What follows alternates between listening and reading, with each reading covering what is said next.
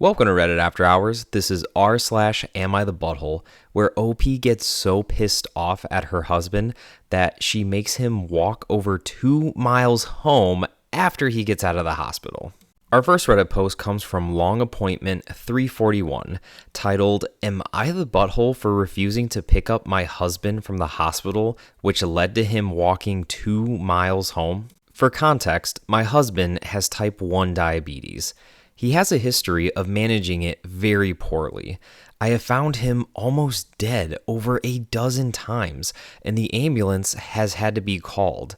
He is usually conscious, but a few times he's been so low, in the 20s, that he's basically in a coma. He's very lucky, actually, that I do find him, either waking up in the middle of the night or coming home just in time.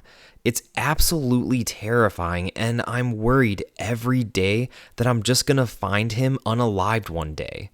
He never acknowledges how this feels for me, just says, "It's what happens when you have diabetes."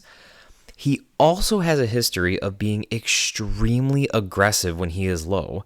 Sometimes he is goofy, but other times he's just mean, spitting in my face, calling me a whore. I get it, it's low sugar talking, not him, but it's still a lot to manage. He has had to have a pump in the past, which helps a lot, but when he doesn't use it right, like now his is broke and we're waiting for him to get a new one, he can't monitor his sugar well. That being said, he also doesn't eat well or monitor it like he should. We had an argument the other night, and I asked that he sleep on the couch so we could be separate. I hate doing that because if he goes low and he's not next to me, I won't know. I begged him to make sure that he ate something substantial before he fell asleep so his sugar wouldn't drop overnight. Now, I am 8 months pregnant and thankfully, in this case, wake up a lot to pee. I woke up at 4 a.m. and peed and decided to go check on him. His sugar was incredibly low. I know this because he gets sweaty all over, and when I woke him up, he started screaming at me to unalive yourself, B-word. Oh my God. So I called an ambulance, and he was super aggressive with them too, and it took 7 men. He's a pretty big guy, about 280 pounds, to hold him down and get an IV in him, and he kept ripping it out. Then finally he got his sugar up enough to where he was coherent, but they wanted to take him to the ER to be sure that his sugar stayed stable. I refused to go with. I just feel like I reached my breaking point. I've been through this so many times, and being pregnant, I just couldn't deal with it. So I went back to bed, knowing that he would be okay. He called me at 6:30 a.m. to say that he needed a ride home. I said no, and I just hung up. He came home 2 hours later, saying that he had to walk home in his sock feet. He could have taken an Uber, but we don't have much money, but he could have called his parents to have them book him one. He could have called his brother or a friend for a ride. Now he's blaming me for, quote, making him walk home, and his parents have said, "You don't do something like that to someone that you love." I don't feel like I made him do anything. I didn't tell him to walk home. I didn't think that he would because, honestly, that's insane. I'm so stressed out by this, which isn't good for me because I'm pregnant, but I just feel like I can't say sorry because I don't think it's my fault. So, am I the butthole?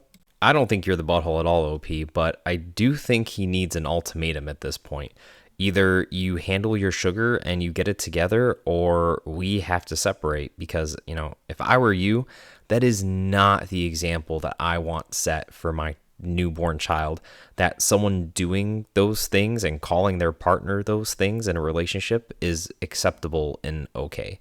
Even at my angriest, I would never dream in a million years to say something so outlandish to my wife and something so hurtful and vulgar. So, I don't know, P. I hope things get better for you, though. Our next Reddit post comes from Fever Dream 112, titled, "Am I the butthole for not letting the mother-in-law into the birth suite?" So, I'm a new midwife, and last week I had a young couple come in. They looked to be in their early 20s and in active labor. The woman, who we'll call Elle, still had hours to go, and she looked visibly stressed. So, I spent a lot of time comforting her and taking her through everything. She was really sweet to me, even through contractions. Her partner, C, on the other hand, was rude and kept snapping at me. He wasn't giving Elle any support or encouragement, and he was just sitting in a chair on his phone. Usually, I try to give people the benefit of the doubt because having a baby is intense and a life-changing experience. Later on, when Elle was in the hardest part of labor, I was told that her mother-in-law had arrived at the hospital and was insisting on being present for the birth. I went into the room and asked Elle and C if they wanted her in the room. Elle refused, but C wanted to. They started arguing, and Elle was clearly upset, and I overheard that she said that she hadn't even known the mother-in-law was coming and had always planned for it to just be her and him in the room. C said that he knew mother-in-law was coming and assumed that Elle would be fine with it because the baby was, quote, just as much mother-in-law's as it is ours. That's a crazy thought. By that time, Elle was crying, and all of this, by the way, was happening while she was 6 to 8 centimeters dilated, so she was in severe pain. And I was trying to comfort her, and C kept insisting that she was being ridiculous. I wasn't sure what to do because I've never been in a situation like this yet. I ended up not letting the mother-in-law in because I figured that Elle was the one giving birth, and that the mother-in-law could still see the baby after the birth. After the birth, mother-in-law and C yelled at me for meddling in their family business, and C accused me of manipulating Elle into not wanting the mother-in-law in the room. So, am I the butthole? Let me know what you think in the comments, but I think the male partner was really the butthole here.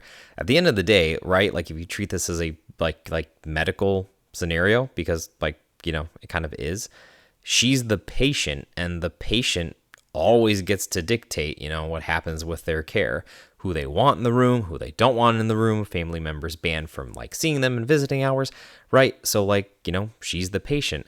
And my wife and I, we had all this conversation before we went, who we wanted, who we didn't want. Did we even want any visitors? And, all throughout it, I was, very engaged. And she even told me to shut up at one point when I was trying to be encouraging. But, it's her moment. It's, she's in pain, and whatever she says goes. So, definitely not the butthole OP.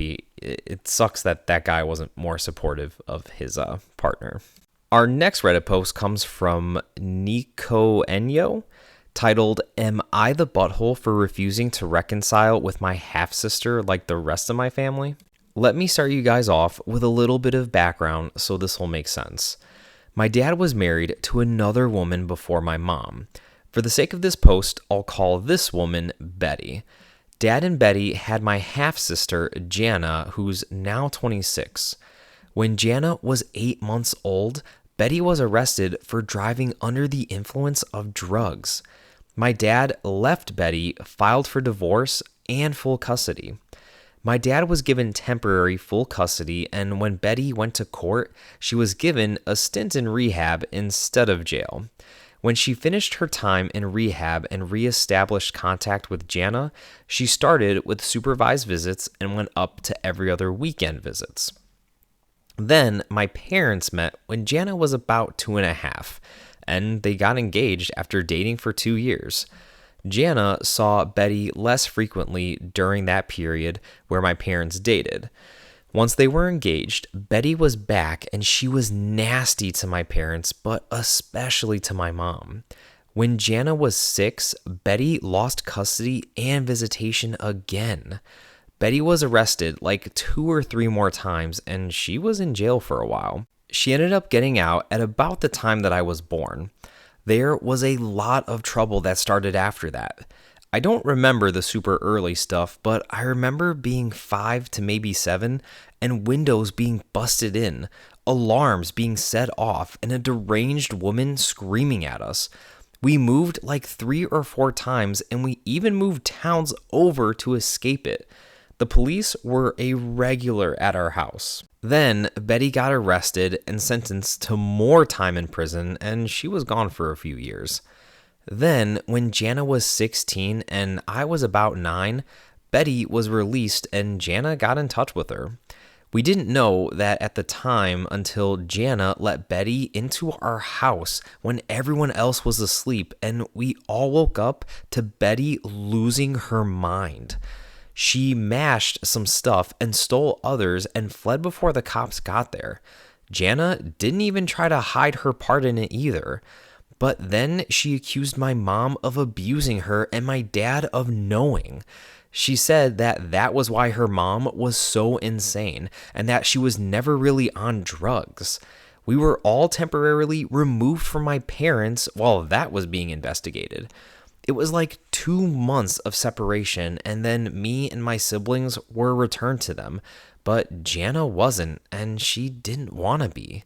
My siblings still remember none of it. They were too young to remember at the time.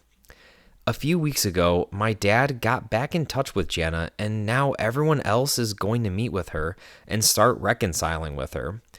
Pressure is now being put on me to do the same, but I don't want to. Not only am I not willing to overlook what she did before, but there are red flags now that they're ignoring. She has not talked to my mom once since contact resumed, and when I asked Dad if he tried to get them talking, he admitted that yes, and Jana was against it. She has never apologized for any of her actions, which Dad also admits. According to my parental grandparents, Jana still has a relationship with Betty and visited her in prison when she was in and still speaks to her now that she's out again. My siblings are excited because they don't really know any better, and everyone is overlooking all of the warning signs, and they're angry that I'm not just going along with it. Maybe I'm just broken, but this isn't something that I've been secretly hoping for, and for me, I don't think I'll ever be at a point where I would want her in my life, changed person or not. So, am I the butthole? Oh, that's a lot, OP. So, she was 16 at the time when she did this. Like, she was obviously old enough to know right from wrong, to know what being in trouble with the police for abuse could do to somebody and things like that. I don't think you're wrong for not wanting to reconcile with her. I don't think Jana's wrong, right, for wanting to have her mother in her life because, to some people, right, you only get one mom, and even if they're not perfect, you want to make it work. And, for better or worse, I respect that, right? But that doesn't mean that you have to make it work if you don't want to. And, you shouldn't let your family make you feel pressured to reconciling with her either, especially if she's not willing to take accountability for what she did and at least say sorry. Like, you got removed from your family. Who knows? Like, were you in an orphanage for a couple months? Were you with other family that was willing to take you in? Who knows? Like, that's traumatizing. So either way, OP, I hope you don't cave in to your family there, and I hope you stand your ground, and I hope things get better for you. Our next Reddit post comes from Tiny Bandicoot 6338. Titled, "Am I the butthole for refusing to have a conversation in person with my in-laws until they take accountability? I gave birth to my son the first week of November, and Thanksgiving was just 2.5 weeks later. Before giving birth, I made it clear that my baby and I would be staying home for Thanksgiving. Since I ended up having a C-section, this became even more important for my healing. My mother-in-law was upset and apparently stated at the Thanksgiving dinner that I did not attend that she, quote, doesn't understand interracial relationships or why people do them. For context, I am white and my husband, who is 35, is Puerto Rican. I tried to ignore her statement, but however, I'm the type of person whose face shows everything. Fast forward to 2 months postpartum, and my mother-in-law was holding my son and became angry when photos weren't sent to her daily. She started yelling and cursing at me. I calmly stood up, approached her, and said, "Give me my baby." She then shoved me with my son in her arms, pulled him away from me, and called me the B word. So several months later, and I have yet to receive a real apology from her, let alone an in-person one. My husband believes that we need to discuss things in person, even though I've expressed that she refuses to take accountability for her actions and her racist comments. I'm not willing to have an in-person conversation until she can truly take responsibility. When I addressed her via text, hoping to resolve things for my husband's sake, she became defensive, denied making the racial comments, and blamed me for not smiling at her when she arrived at my home. Mind you, I was 2 months postpartum, a first-time mom recovering from surgery. It's hard to smile at someone who makes nasty comments to you when you're not around, especially after giving birth to our beautiful biracial baby. She claimed that she doesn't feel welcome in my home, but expects me to visit her home with my son, despite the fact that she had been willing to put her hands on me in my home. So this situation is causing significant issues between me and my husband. Am I the butthole? My mom would never do this, but if my mom ever did that to my wife, kept her child from my wife, shoved her, called her a B word, I might cut my mom off, because when you start to have kids, right? Like, nothing is supposed to be more important than the family that you create, right? And if your mother is that willing to show that much disrespect to the person that you're building a family with, then she doesn't need to see the baby ever again, to be quite frank. And I'm surprised that your husband is like not more angry for you about this. But anyway, OP, definitely not the butthole, but I'd love to hear what you guys think about this situation, because that blew my mind. That was Reddit After Hours, bringing you r/am I the butthole, and I am so glad to be back from military leave and making these videos again. I love making these videos. I love reading these Reddit stories. My field training exercise was a complete surprise to me, and I didn't have any time to plan for it or make a bank of videos to keep uploading while I was gone. So I'm sorry about that, but I'm so happy to be back, and thank you all so much for listening. And if you like this content, please like and subscribe for more Reddit stories. And a special shout out to, and I hope I say this right, Wit Bully Tony. Thank you so much for your comments and your support, and I'm so happy to be back, and I hope you're doing well.